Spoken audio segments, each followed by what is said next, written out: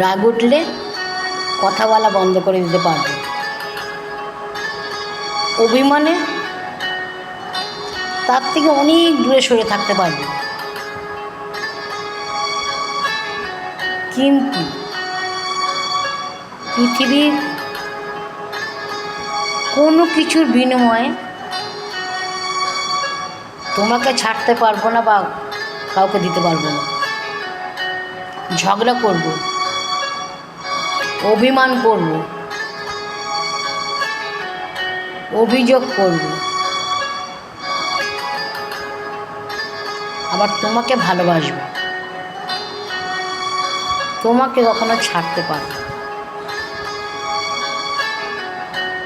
সে তুমি যাই বলো, এটাই হচ্ছে আমি, এটাই আমার নীতি।